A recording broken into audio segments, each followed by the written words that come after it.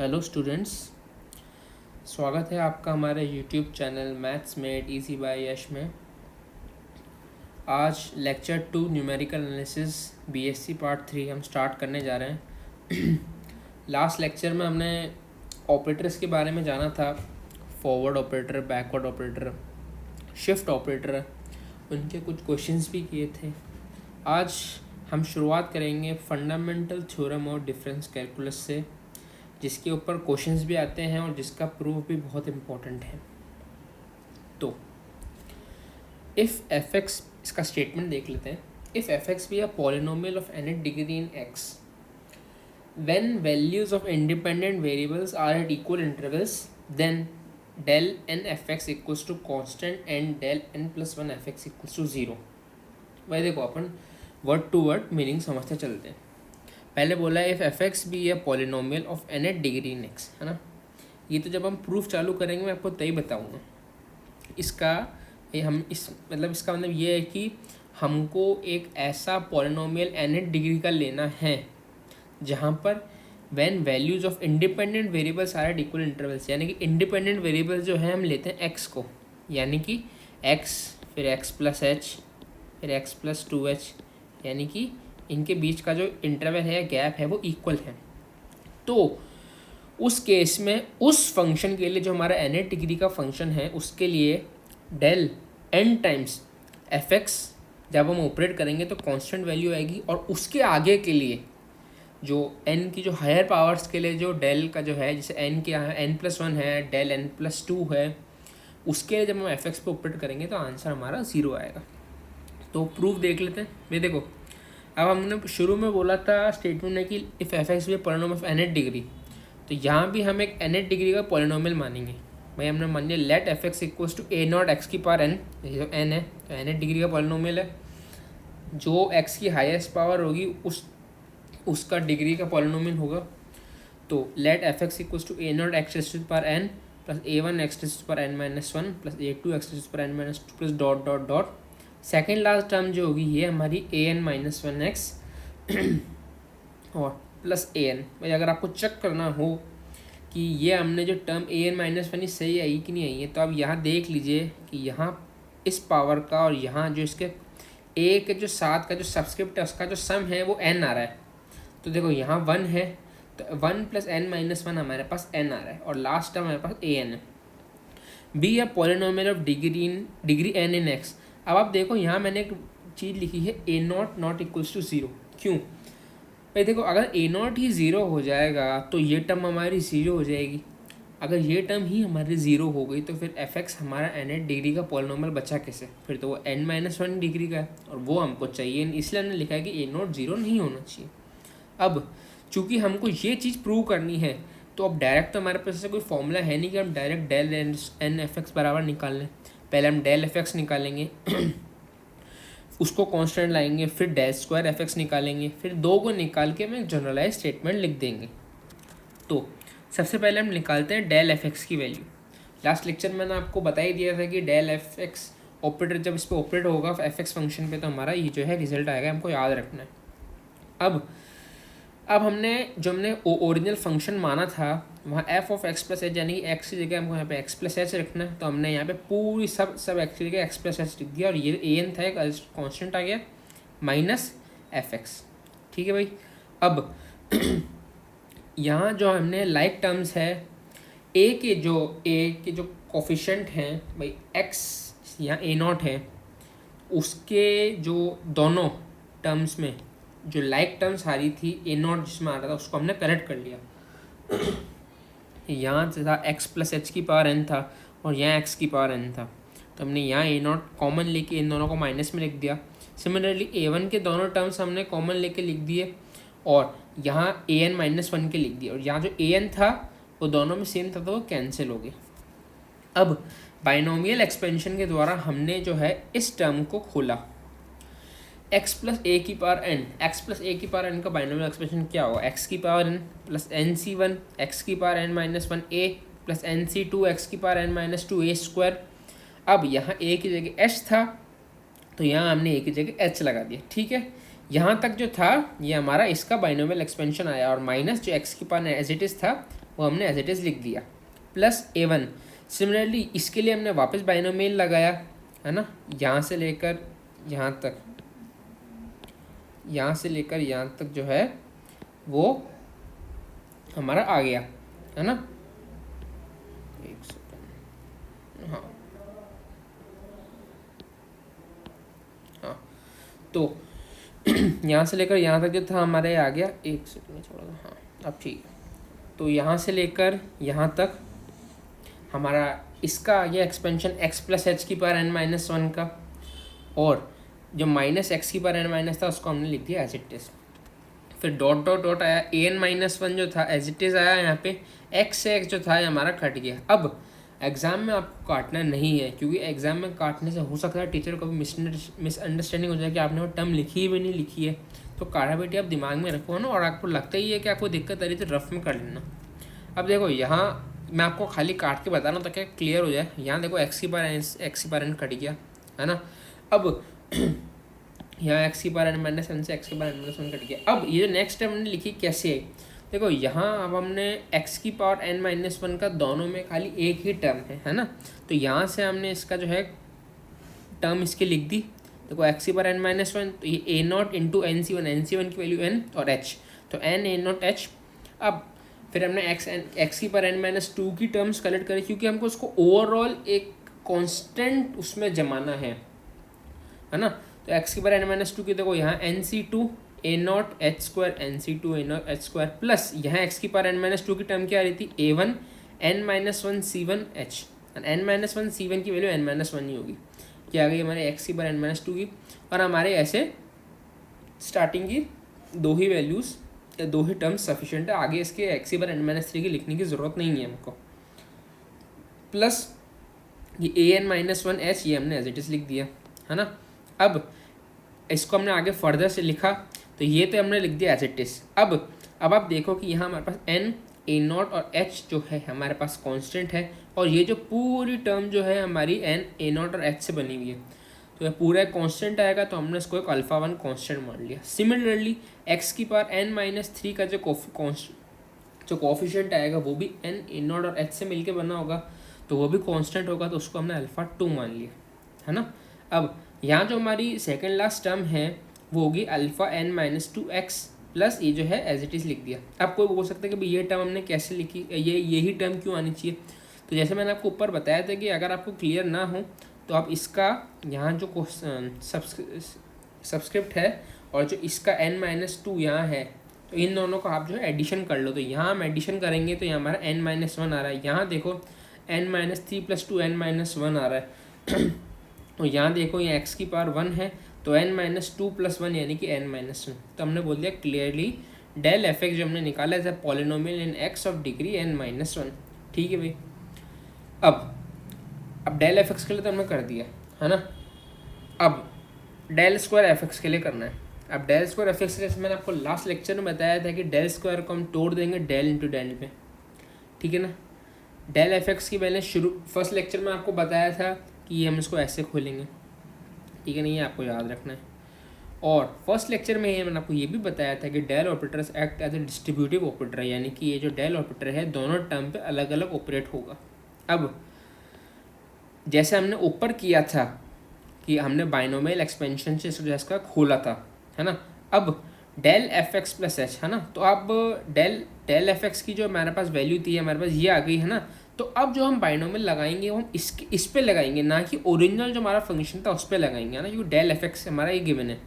तो देखो del F x plus h, है ना, तो हम यहाँ देखो एक्स प्लस एच डालेंगे, है ना, n a0 h x plus H की पावर n-1 माइनस एक्स की पावर n-1, क्योंकि इस पर हमको डेल लगाना है ना, plus alpha 1 x plus H की पावर n-2 माइनस एक्स की पावर n-2, है ना। और फिर अल्फ़ा 2, भाई इसको आप लिखो नहीं लिखो कोई दिक्कत नहीं है, x प्लस एच की पावर n-3 माइनस एक्स की पावर n-3, है ना, plus alpha n-2 x plus H minus x, है ना।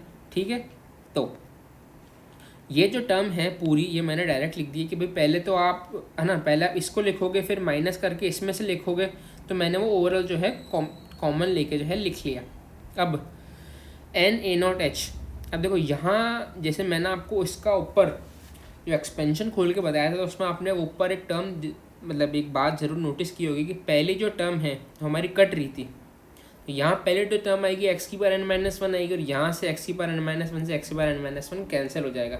तो वो मैंने एक्स की पावर n-1 लिखा ही नहीं है, आप समझ लो वो कैंसिल हो गया और मैंने सीधा जो है बाकी टर्म्स लिखी हैं, है ना। तो जब हम इसका बाइनोमियल एक्सपेंशन करेंगे तो हमारी ये टर्म आएगी, है ना। मैं आपको सिखा ही चुका हूँ कि बाइनोमियल एक्सपेंशन करते कैसे हैं, तो है ना। और फिर अल्फ़ा 1 के हमने वापस किया तो देखो एक्स की पावर n-2 वापस कैंसिल हो जाएगा, तो इसलिए मैंने वापस जो है एज इट इज़ बाकी जो है उसकी बाइनोमियल जब हम खोलेंगे और सब्ट्रैक्ट करेंगे तो हमारे जो टर्म्स आएंगी वो लिख दी, प्लस यहाँ एक्स से जो ये एक्स कैंसिल हो जाएगा तो बचा एच अल्फ़ा n-2। ठीक है। अब जैसे हमने ऊपर किया था कि एक्स की पावर n-1 का कोफिशिएंट अलग कर लिया, एक्स की पावर n-2 का अलग कर लिया, वैसे यहाँ करेंगे। अब देखो यहाँ एक्स की पावर n-1 का तो मेरे पास तो कोफिशिएंट है ही नहीं, है ना। बचा एक्स की पावर n-2, उसका हमारे पास खाली एक ही है, क्या है n(a0h n-1c1 इंटू एच। तो क्या होगा n into n-1 n into n-1 a0h into H यानी कि एच स्क्वायर, ये हो गया एक्स की पावर n-2 प्लस जैसे मैंने आपको ऊपर बताया था कि एक्स की पावर n-2 का जो हमारा कोफिशिएंट आ रहा था ऊपर वो बना था n a0 और h से, तो उसकी जो वैल्यू आएगी वो कांस्टेंट आएगी। सिमिलरली यहाँ जब हम x की पावर n-3 का जो है कोफिशिएंट कलेक्ट करेंगे तो वो भी n a0 और h से बनेगा, वो भी होगा कांस्टेंट, इसलिए हमने इसको एक नया कांस्टेंट दे दिया बीटा 1। अल्फ़ा 1 तो देंगे नहीं क्योंकि अल्फ़ा 1 ऊपर दे चुके हैं, है ना। सिमिलरली अगर आप नेक्स्ट टाइम लिखना चाहो तो क्या हो जाएगा बीटा 2x की पावर n-4, है ना। बस ये ध्यान रखना, यहाँ अगर आपको देखना है तो जैसे यहाँ इन दोनों का जो सम आ रहा है वो n-2 आ रहा है। सिमिलरली जो हमारी सेकेंड लास्ट टर्म थी उसको भी हमने लिख दिया बीटा n-3 एक्स की पावर 1, है ना, जहाँ हमने लिख दिया जहाँ बीटा 1 बीटा 2 ये जो है कांस्टेंट है। तो जैसा हमने ऊपर प्रूव किया था यहाँ भी हमने प्रूव कर दिया कि डेल स्क्वायर एफ एक्स जो है एक पॉलिनोमियल है हमारा, जिसकी डिग्री जो है हमारे पास n-2 में है और वो x में है हमारे पॉलिनोमियल है। ठीक है। तो अब दो बार बहुत से लंबा हो जाएगा नहीं तो, है ना। तो हमने बोल दिया कि भाई continuing the process n times, कि जब हम ऊपर का प्रोसेस कर रहे हैं उसको अगर n टाइम्स अगर हम रिपीट करते हैं तो हमारे पास क्या आएगा भाई। अभी पहली बार कहते तो डेल एफ एक्स, दूसरी बार कहते del square f x, n times करेंगे तो क्या आएगा डेल एन एफ एक्स आएगा। ठीक है।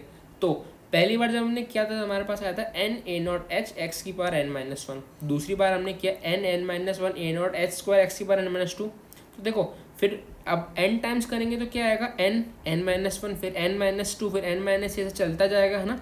और लास्ट में हमारे ये कट के 3 2 1 आ जाएंगे। a0 हमारे पास एज इट इज रहेगा, पहली बार कहते तो h, दूसरी बार के h स्क्वायर फिर h क्यूब h की पावर 4 तो h की पावर n आ जाएगा, है ना। और यहाँ देखो x की पावर n-2 है ना, तो यहाँ हो जाएगा x की पावर n-h। ठीक है। तो अब हमने ये देख लिया कि ये जो हमारी टर्म बन रही है ये हमको कुछ याद दिलाती है, ये होती है हमारे फैक्टोरियल n की वैल्यू, है ना। तो और यहाँ जो है हमारे पास बोल रहा है a0h की पावर n बन जाए। ठीक है। तो ये जो था हमको प्रूव करना था। ठीक है भाई। अब नहीं एक सेकेंड, है ना, यहाँ है हमारे पास n आएगा, सॉरी, हाँ। तो इसलिए क्योंकि देखो मेरी मिस्टेक हो गई समझाने में, देखो यहाँ x जब हमने पहली बार किया था तो x की पावर n आया था, है ना। दूसरी बार किया x की पावर n-1 था, दूसरी बार किया x की पावर n-2 था, यानी कि जितनी बार भी हम डेल की जो पावर लगा रहे हैं उतना ही n-1 नंबर आ रहा है। अब चूंकि n बार करेंगे तो यहाँ क्या होगा x की पावर n-n और ये क्या होगा x की पावर 0 यानी कि 1, तो ये टर्म 1 हो गई, इसलिए a0h की पावर n बचा। ठीक है। तो अब फर्दर हमने बोला कि देखो अब ये जो था हमारा एक कांस्टेंट बन चुका है, तो अगर हम कांस्टेंट पे अगर कोई ऑपरेटर अप्लाई करेंगे तो उसकी वैल्यू 0 आती है। तो इसलिए हमने बोला कि जब हम इस पे एक नेक्स्ट जैसे अब ऑपरेटर अप्लाई करेंगे, जैसे मानो n की वैल्यू 4 है, तो अगर हम डेल 5f(x) निकालेंगे तो वो 0 आएगा। ठीक है। इसलिए हमने कहा डेल n+1 f(x) बराबर 0, और ये 0 है तो उससे बड़ा तो 0 ही होगा। तो इन जनरल हमने जनरलाइज कर दिया कि अगर डेल r कोई भी हमारा फंक्शन है x का उसकी पावर n है, वो 0 जब होगा अगर r की वैल्यू हमारे पास जो n से बड़ी है, यानी कि ये जो टर्म है ये अगर ये इससे बड़ा हुआ, जैसे कि मान लो हमारे पास लिखा है डेल क्यूब एक्स स्क्वायर, है ना, ये हमारा लिखा है, तो इसकी वैल्यू जो है हमारे पास 0 होगी। अगर हमारे पास ऐसा लिखा होता है डेल स्क्वायर एक्स क्यूब तो इसकी वैल्यू 0 नहीं होगी, क्योंकि यहाँ जो है इसकी पावर इससे बड़ी है। तो इसको हम कैसे ऑपरेट करते हैं, डेल ऑफ डेल लिखते 2 बार, फिर डेल को एक बार एक्स क्यूब पे ऑपरेट करते हैं, फिर दूसरा डेल उसको वापस एक्स क्यूब पे ऑपरेट करते हैं। इसकी वैल्यू 0 जब भी होगी जब जो ऑपरेटर की जो पावर की वैल्यू है यानी कि डेल की, वो जो है एक्स की पावर से जो है बड़ी होगी। अब तुरंत हमने समझ ली, इसके बेस पे क्वेश्चन कर लेते ताकि हमको और क्लियर समझ में आ जाए। भाई हमको बोल दिया कि इसकी वैल्यू निकालो, है ना। तो जैसे मैंने आपको बताया था डेल एक डिस्ट्रीब्यूटिव ऑपरेटर है, तो वो चारों पर अलग अलग डिवाइड हो जाएगा। भाई अलग अलग डिवाइड हो गया, है ना। अब देखो कांस्टेंट है तो मैंने आपको बताया था कि वो बाहर आ जाएगा, तो ये डेल क्यूब इस पे ऑपरेट होगा, इस पे इस पे इस पे, है ना।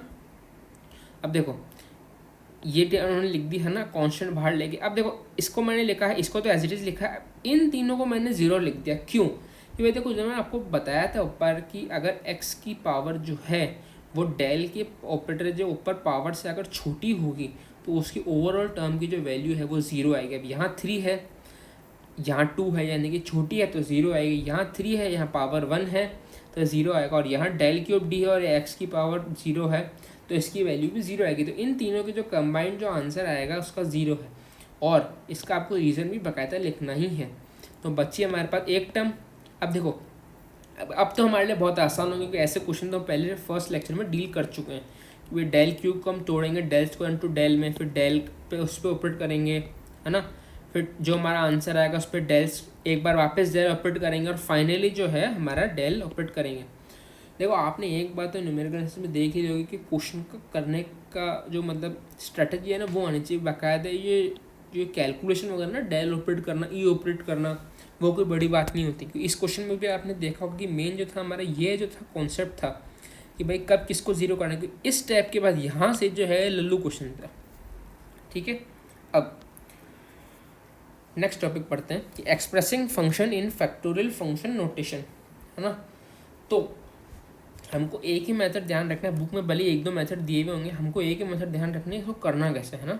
हम इसको करेंगे by method of detached coefficient, है ना। ये मेथड का नया नाम है। तो देखो इसकी कोई थ्योरी नहीं है, इसका सीधा आपको एग्जाम्पल से मैं मतलब समझाता हूँ भाई करना कैसे। जैसे आपको सीधा भाई क्वेश्चन आ जाएगा कि, है ना, इसको यहाँ fx काट दो, है ना। इसको क्वेश्चन आएगा सीधा कि भाई इस फंक्शन को आप फैक्टोरियल फंक्शन में फैक्टोरियल नोटेशन में चेंज करो। तो सबसे पहले तो है आपको इस फंक्शन को मान लेना है कि लेट fx बराबर दिस, है ना। अब चूँकि फैक्टोरियल का आपने पढ़ा होगा कि हम इसको ऐसे नोटेट करते हैं, x की पावर यहाँ n, है ना, एक सेकेंड, हाँ, x की पावर यहाँ n ऐसे नोटेट करते हैं। तो देखो जितनी यहाँ हाईएस्ट पावर का जो है हमारे पास फंक्शन है उतनी हाईएस्ट पावर का फैक्टोरियल फंक्शन भी बनेगा, है ना। अब हमने इसको इस फॉर्म में माना है जहाँ हमको a b c d e की वैल्यू निकालनी है ना। तो सबसे पहले मैं आपको एक चीज़ बता देता हूँ कि ऐसे क्वेश्चंस में क्या होता है कि आपने बात पता होगी आपको कि जो हमारा कांस्टेंट होता है ना, उसकी वैल्यू जो हमारे फाइनल आंसर में जो फैक्टोरियल नोटेशन बन के आता है पॉलिनोमियल, वो सेम रहती है।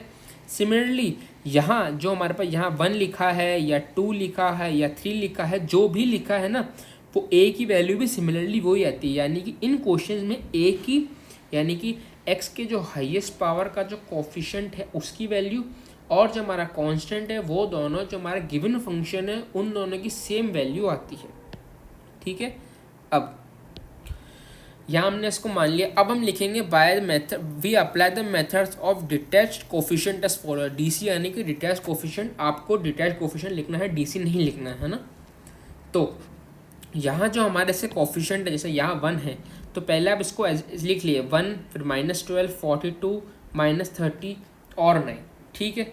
अब यहाँ हम लिखेंगे 1, यहाँ हम ऐसे बनाएंगे एक स्क्वायर ब्रैकेट सा। अब इस स्क्वायर ब्रैकेट को हमको ऐसे बनाने की जो हमारा लास्ट वाली जो टर्म है ना वो बस यहाँ आके ऐसे स्क्वायर ब्रैकेट में ख़त्म हो जाए, है ना। अब यहाँ हम लिखेंगे 0। अब 1 प्लस हम 0 करेंगे, है ना। तो 1 + 0 कितना आता है 1। अब ये वाली जो टर्म है और ये जो टर्म है ना, जहाँ जरूरी नहीं 1 ही हो सकता है, यहाँ 2 हो तो यहाँ 2 होता है, या 0 होता है तो यहाँ 2 आता है ना। तो अब इन दोनों को हम करेंगे मल्टीप्लाई, और जो मल्टीप्लाई करके जो चीज़ हमारे पास आएगी वो हम यहाँ लिखेंगे और इसमें जो है इन दोनों को एडअप करेंगे, है ना। तो देख लो इसे हमारे यहाँ 1 + 0 1 था, तो 1 × 1 1। अब -12 + 1 कितना होगा -11। सिमिलरली हम -11 × 1 करेंगे और इसको यहाँ लिखेंगे। फिर 42 और -11 को हम करेंगे ऐड। 42 और -11 कितना हुआ 31। सिमिलरली वही स्टेप हम वापस रिपीट करेंगे। 31 इंटू 1 31 और -30 + 31 बराबर 1 होगा, है ना। तो देखो यहाँ जो हमने 5 कोफिशिएंट माने थे, हमको उल्टा चलना है ना। तो सबसे पहले वाला जो हमारा था उसको हमने ई जो था हमने कोफिशिएंट उसको लिख दिया, है ना।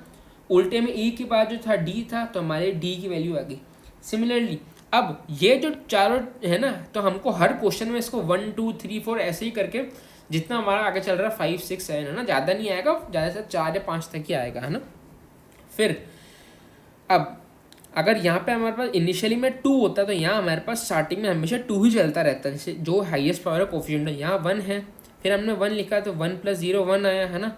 फिर 2 इंटू 1 आया 2, -11 + 2 -9, फिर 2 इंटू -9 आया -18, और 31 + -18 आया 13।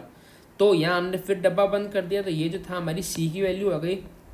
सिमिलरली 1 + 0 1, फिर 3 इंटू 1 3, -9 + 3 -6, और ये जो था -6 हमारे बी की वैल्यू है। तो आपको एक बात ध्यान रखनी है कि ऐसे क्वेश्चंस में अगर आपकी बाय चांस सिली मिस्टेक से भी अगर आपकी ए और ई की वैल्यू जो है यहाँ इनके सेम बराबर नहीं आई, तो आपने कहीं ना कहीं जो है गलती ज़रूर की है, क्योंकि पहली हाईएस्ट एक्स की जो हाईएस्ट पावर का जो कोफिशिएंट है वो और जो कांस्टेंट है वो हमारा गिवन फंक्शन की सेम वैल्यू आनी चाहिए कंपेयर करने पर, ठीक है।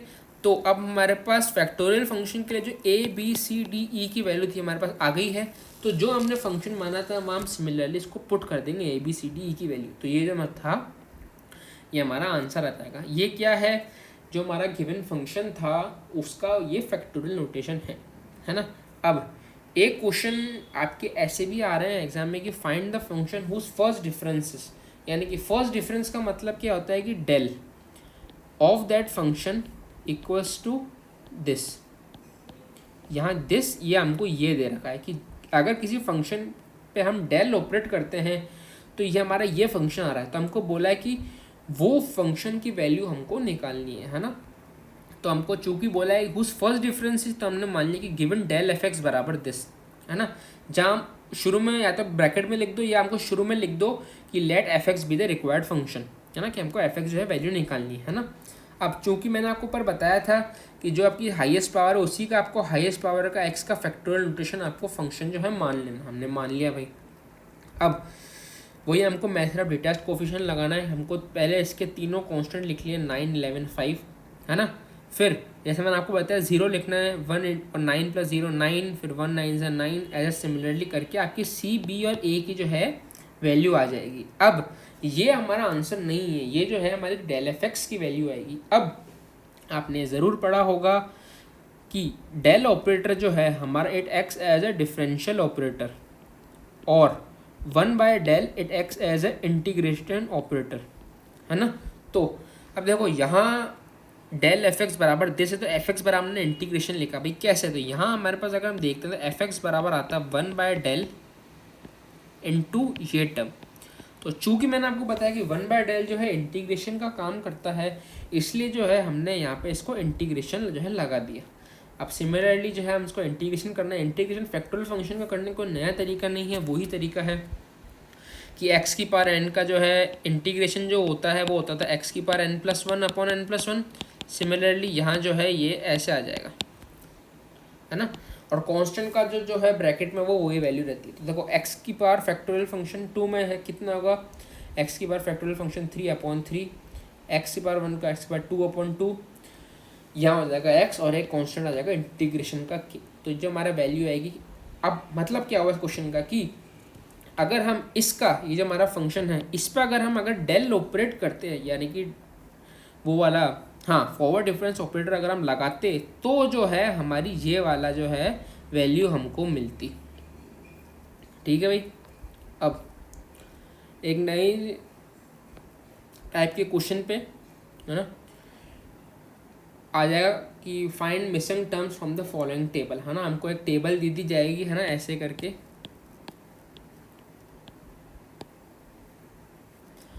अब देखो यहाँ जो है हमारे पास 2 मिसिंग टर्म है, हो सकता है एक मिसिंग टर्म है, हो सकता है 3 मिसिंग टर्म आ जाए। तो इसमें हम लिखेंगे, जब आपको तरीका बता रहा हूँ, आपको एज इट इज़ एग्जाम में लिखना है, नहीं तो मैं इतनी लैंग्वेज को आपको बताएगा भी नहीं, आपको एज इट इज़ एग्जाम में लिख के आनी, क्योंकि अगर आप लैंग्वेज नहीं लिखोगे तो आपका नंबर वो काटेगा। तो देखो यहाँ हम बोलेंगे कि हमारे पास एफ एक्स की 6 वैल्यू गिवन है, 1 2 3 4 5 6, तो here we are given 6 values of F X. So fifth difference is constant and 6 difference equals to 0।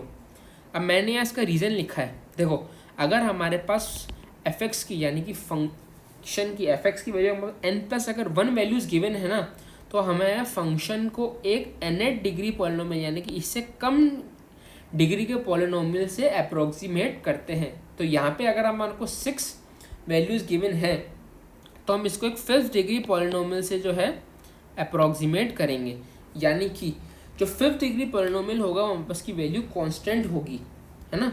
और 6 डिग्री यानी कि डेल 6 जो है एफ एक्स बराबर वो हमारे पास होगा 0। तो डेल 6 एफ एक्स बराबर 0 है, यानी कि अब सीधा सीधा याद रख लो कि जितनी हमको एफ एक्स की जो गिवन वैल्यूज़ है उतना डेल की पावर एफ एक्स बराबर हमको 0 कर देना है। अब फर्स्ट लेक्चर में मैंने आपको बताया था कि डेल की ऑपरेटर की वैल्यू हमारे पास होती है ई माइनस आई, है ना। तो डेल की जगह हमने लिख दिया ई माइनस आई। अब बाइनोमियल हमने लगाया तो देखो इसका बाइनोमियल क्या होगा, ई की पावर 6 माइनस, यहाँ मैंने डायरेक्ट लिखा है भाई, आपको पोलली बता देता हूँ, माइनस क्या होगा 6c1, है ना। अब देखो आई की पावर 6 माइनस 1 इंटू ई। अब देखो आई की पावर जो भी लिखो आएगा तो आई, इसलिए हम आई लिखते ही नहीं इसमें, है ना। ई की पावर 6 माइनस 6c1 ई की पावर 5 प्लस 6c2 ई की पावर 4। मतलब तरीका समझ रहे हो, इन क्वेश्चन में क्या आपको आई लिखना ही नहीं, है ना। सीधे ए की पावर 6 ऑल्टरनेट साइन में चलना है ना। और इसका जो है सी लगाते रहना, जैसे माइनस 6c1, है ना। ये देखो 6c1 plus 6c2 minus 6c3, और ये जो है ई की पावर जो है एक कम कर देनी जानी, है ना।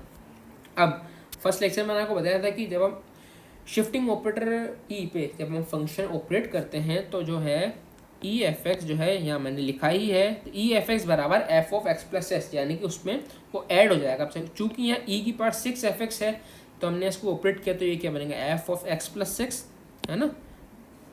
सिमिलरली हमने हर इस पे ऑपरेट किया तो यहाँ 5 पे बना एक्स प्लस 5, और ये सिमिलरली पूरा ऑपरेशन आ गई। अब हम आपको एक बात बता देता हूँ, देखो अगर आपको एक मिसिंग वैल्यू कम अगर गिवन है, अगर एक ही वैल्यू निकालनी है तो आपको खाली x बराबर 1 डालना है ना। अगर 2 वैल्यू गिवन है तो x बराबर 1 भी डालना है 2 भी डालना है, क्योंकि आपकी 2 मिसिंग वैल्यूज है ना, तो आपकी 2 इक्वेशन बनेगी और उनको साइमल्टेनियस सॉल्व करके आपके पास उन दोनों की वैल्यू आएगी, है ना।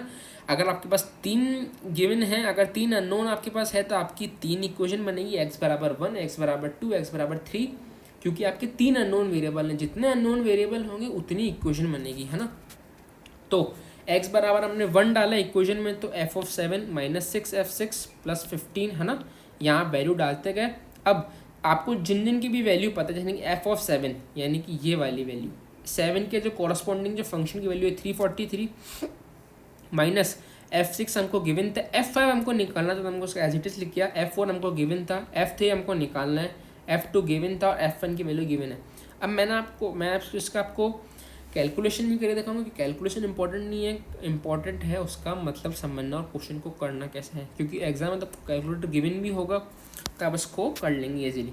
देखो अब यहाँ 15 कॉमन आया, इसमें डिवाइड लग गया था 152। सिमिलरली x बराबर 2 पे अब इसको अपने आप घर पे कीजिएगा, नहीं आता है तो लिंक में मेरी ईमेल गिवन है, आप जो भी अगर आपको डाउट हो फोटो वगैरह खींच के मेरे को भेज सकते हैं। हाँ, x बराबर 2 डाला, उसके बाद जो हमारी सिंप्लीफाई करने के बाद जो इक्वेशन है ये, अब देखो 2 हमारे को अननोन गिवन थे और 2 हमारी इक्वेशन है, तो सिमिलरली अब तो आपको 2 इक्वेशन को सॉल्व करना आता ही है। तो यहाँ से जब हम सॉल्व करेंगे तो f3 बराबर 27 और f5 बराबर 125। समझ में आ गया आपको। आज का लास्ट टॉपिक देख लेते हैं, डिफरेंस ऑफ ज़ीरो। देखो बुक में इसका डेरिवेशन दे रखा है, डेरिवेशन करने की कोई ज़रूरत नहीं है ना। हमारे पास आप एक सिंपल सा जो है इसको एक याद कर लीजिए कि डेल एन, ये ओ नहीं है ये ज़ीरो याद है ना। तो del N 0 raise to the power m। अब कोई बोल सकता है भाई 0 हमने बोला था कांस्टेंट है, उस पर कैसे हम ऑपरेट कर रहे हैं, लेकिन ये भाई इसको एक्सेप्शन तो नहीं बोलेंगे, ये डिफरेंस ऑफ ज़ीरो टॉपिक है ना। तो del N 0 raise to the power m, है ना। तो इसको खोलने पर हमारी ये जो वैल्यू आएगी n⁻m minus NC1 n-1m plus NC2 n-2m plus dot dot dot -1n-1 into n। आपको ये डायरेक्टली याद रखना है कहाँ आया, कैसे आया, डेरिवेशन वगैरह कुछ भी नहीं। अब देखो डेढ़ नंबर आपके क्वेश्चन कैसे आएंगे, फाइंड द वैल्यू ऑफ सीधे लिखेगा del स्क्वायर 0 क्यूब, है ना। अब इसका आपको जीरो नहीं लिखना है, समझ के कि कांस्टेंट है ना, आपको ये वाला फॉर्मूला दिमाग में रखना है। अब आपको सीधा ये नहीं लिखना है, मैं आपको तरीका बताता हूँ। सबसे पहले आपको ये जो क्वेश्चन आएगा आपको लिखना है we know that del n0m बराबर है, आपको पूरा फॉर्मूला लिखना है। उसके बाद लिखेंगे हेयर n बराबर 2 m बराबर 3, है ना।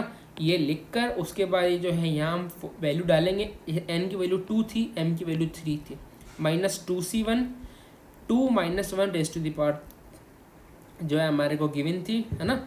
और यहाँ 3 आएगा, और फिर NC2 यानी कि 2C2 2 - 2 rays to the power 3। अब देखो ये तो जो था हमारे हो गया 0, 2 - 1 हो गया 1, है ना। तो 2C1 हो गया 2, और 2 क्यूब जो था 8, 6 हो गया। सिमिलरली मैंने आपके लिए एक जो और है वो हमने सॉल्व कर दी है, आपको देख लो, नहीं आता तो पूछ लेना नेक्स्ट लेक्चर में। तो देखो आज के लेक्चर में हमने डिफरेंस ऑफ जीरो पढ़ा, find the missing term from the table पढ़ा, है ना, फैक्टोरियल फंक्शन पढ़ा, और fundamental difference theorem of calculus पढ़ी, है ना। अब मेरी तरफ से आपका 90% ऑफ द चैप्टर जो है कंप्लीट हो गया। अब नेक्स्ट लेक्चर में जो आपका पहला चैप्टर जो है कैलकुलस ऑफ फाइनाइट डिफरेंस, वो मेरे लिए लास्ट लेक्चर होगा। उस चैप्टर में मेनली आपको कुछ इंपॉर्टेंट क्वेश्चंस, उसमें मैं आपको एक PDF दूंगा, लिंक में जो रहेगी इंपॉर्टेंट क्वेश्चंस की।